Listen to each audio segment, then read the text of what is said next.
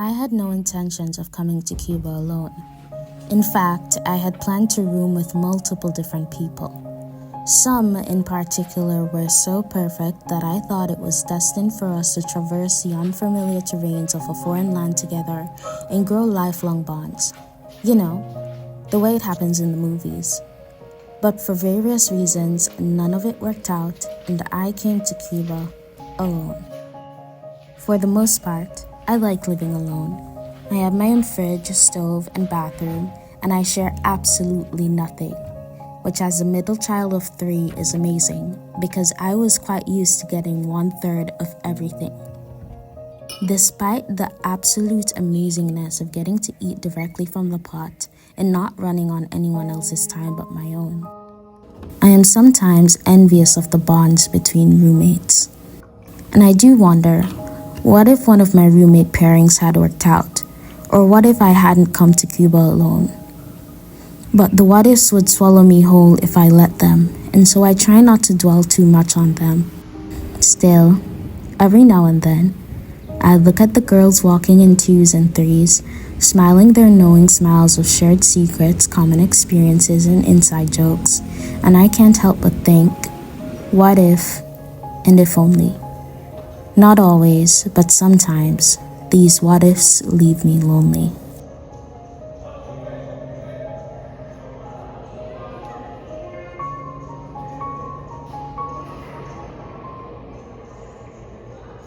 I'm heading to the bank. Bank opens at 8:30. I think it's 8:30 something. I should have left out like half an hour ago because it's like a 15-ish minute walk. But yeah, I should have gone yesterday too, but we're late as usual. But yeah.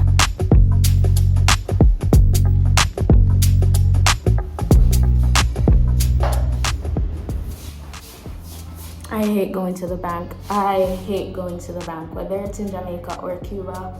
Just El Banco.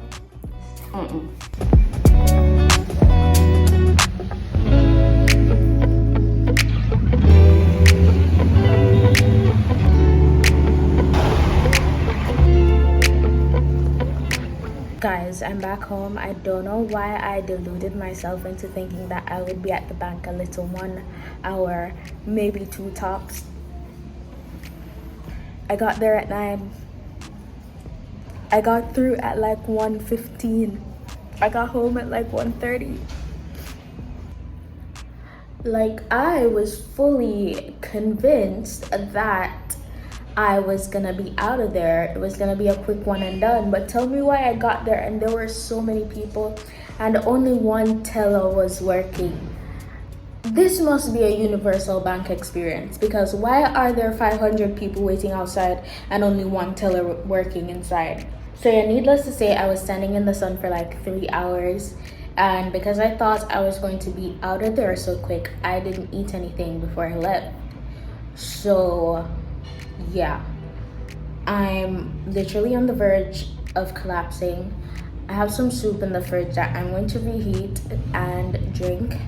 And yeah, I was trying to take a video of like the crowd for you guys, and I overheard like 2 men talking, and I heard them say grabar, which grabar is to, why am I saying it so like English? Like, I heard them say grabar. Grabar is to record a video, and I just felt in my gut they were talking about me, so I immediately put my phone up because I'm not confrontational like that. I heard one of them say like, oh, is she recording? And the other one was like, yeah, ahora sí. Yeah, she's recording now. And I may have misheard. Mind you, my Spanish is questionable, but I thought they were talking about me, so I immediately put my phone up because I just can't like cut the cameras.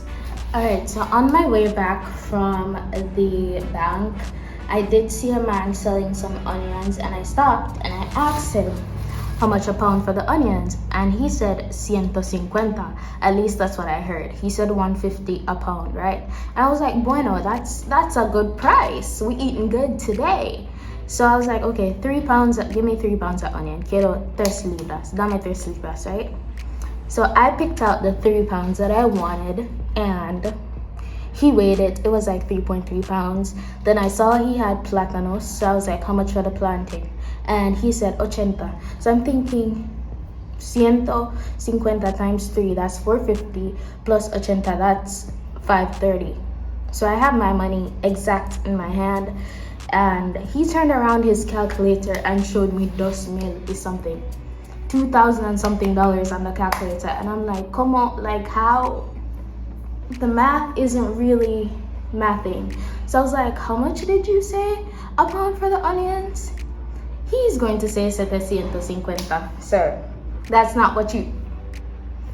Honestly, I heard 150, but apparently it was 750. So I was like, you know what, let's put it back. And I ended up taking 2 pounds of the onion instead of 3, which is not that big of a difference. And I also bought a plantain. So these onions are actually a really good size, because normally the onions that I find here are chiquitico. So I'm really glad that these ones are on the bigger side.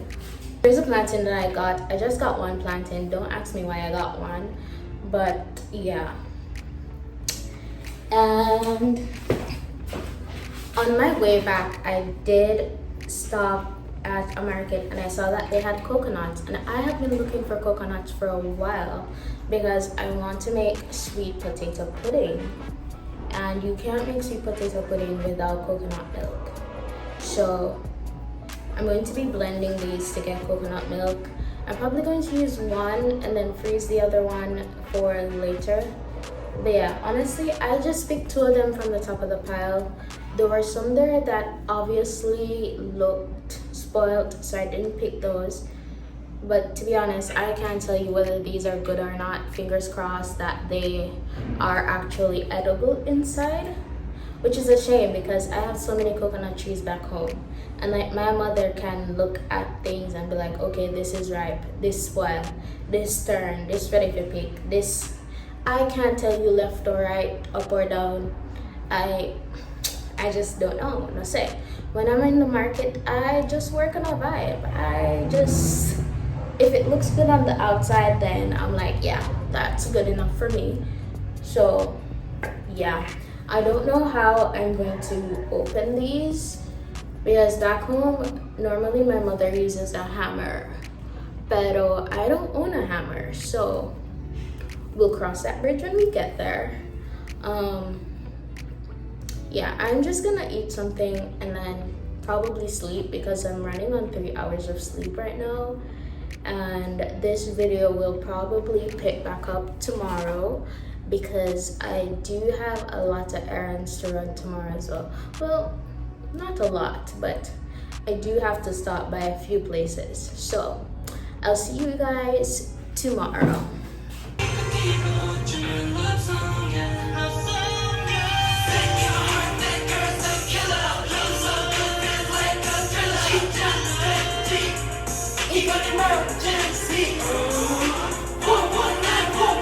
This is hot. Save my life, save my life. She sets me free. It's an emergency love. Hi guys, so it's currently 2 p.m. Today has been a very chill day. I was supposed to go out today and get some things done, but it has been raining all day. I think it just stopped. And yeah, I didn't feel like leaving my house. That's the best part about living on your own and running on your own schedule. You get to not do things if you don't feel like it. So I'm currently in the process of moisturizing my hair, because I'm gonna be taking these twists down at the end of this week. And before I do that, I need to moisturize them, because once I take them down and I'm wearing my twist out for a few days, I'm not going to be able to moisturize it. So yeah, I've just been moisturizing my hair. I kind of just spent the morning chilling. I did a few chores, and I ate, and I spoke to my mother for a few hours. And I record on my phone, so if I'm speaking to my mother, then I can't really record anything. But yeah, I'm gonna finish moisturizing my hair and I'm gonna blow dry her. And then after that, I will take a nap because, like I said, very chill day. I'm not really doing too much, so yeah, I'm just putting some oil on my hair because I already used curling cream. This isn't necessarily a leave-in, it's a curling cream, but it does says that it moisturizes your hair. And I don't have a leave-in. I thought I had a leave-in, but I looked on like all of my products out there and all of them said curling cream. So you know what, we're working with what we have and we're just gonna have to make it do. I don't know why I thought I had a moisturizer. But yeah, the curls are curling. Mini twists are my favorite protective style. I just think they're so cute, so versatile, and when they start to get old, you can pretend that you have locks. So yeah, I did damp my hair, so it's wet right now. But yeah.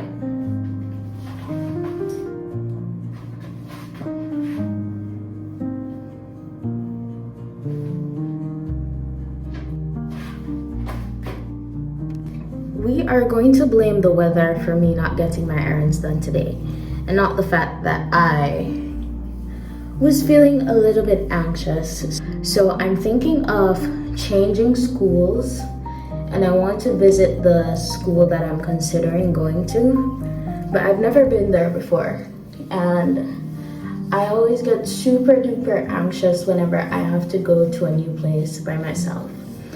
Don't ask how I moved to a country by myself.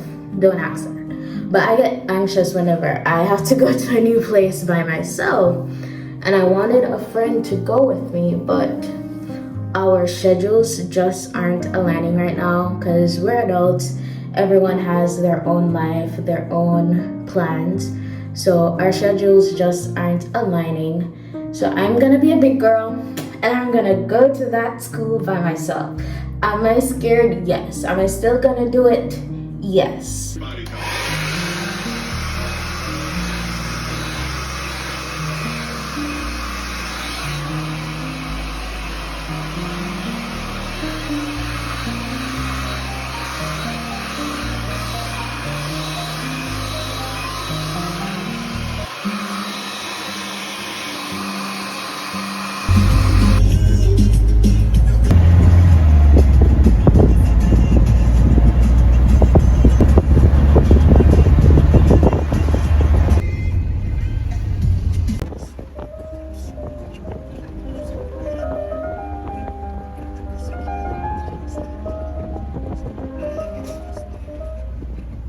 Guys, so I am back home. I went to the school and guess what? The office was closed. Everything was closed. The only person there was the security and then some like random staff. And I asked them, hey, when is the office opening? And they said they're not sure. But I forgot that today was like a national holiday. Today I finally work up my courage to go there alone. And it's closed, so guess who's going back tomorrow? I was also going to go to Old Havana to collect my insurance paper, but I'm not gonna risk going down there and that's also closed. So tomorrow we're gonna regroup and come again. So yeah, don't you just love inconveniences and wasting money? And to top it all off, I came back home and there's no current. Bear in mind, if you plan to study in Cuba, be prepared for constant power outages. This is like the 6th time the current has been gone since week, and it's Thursday. The week isn't even done yet.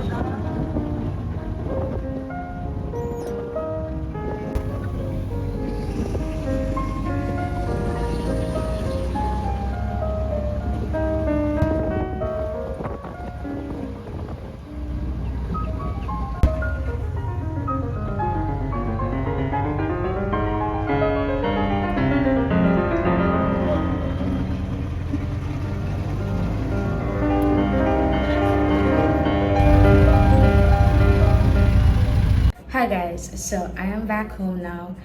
The school thing didn't work out, but I'm not too mad at it because I wasn't 100% set on changing schools. I had my reservations, but it didn't work out. So yeah, I'm gonna be sticking with the school I'm at, which is fine because I like my classmates. I literally mentioned to one of my classmates yesterday that I was thinking of changing schools, and he was like, no, stay where you are. So yeah. I'm really proud of myself for going there on my own and like going to the office and like asking people for directions, because my Spanish has come such a long way. I used to not be able to understand anything Cubans are saying, but the fact that I can go out and ask people for directions and understand and follow directions and just do things on my own. I was really nervous about going, but now that I've gone, I realized that it wasn't a big deal. And I also went to Assistud to collect my insurance paper. I paid my insurance months ago, and I should have gone back to collect the insurance policy a while ago, and I just did not go because of school. So I'm glad those two things are out of the way, and I feel like an accomplished adult, like I'm really out here living alone. But yeah. Oh, I always get people asking me, do you think it's better to live alone or with someone else here in Cuba? And honestly, it depends on your personality. I've only ever lived alone here, so I don't have the experience of someone who has roomed with anyone else. I've heard horror stories about people and their roommates. So personally, I know that living with someone else is not for me.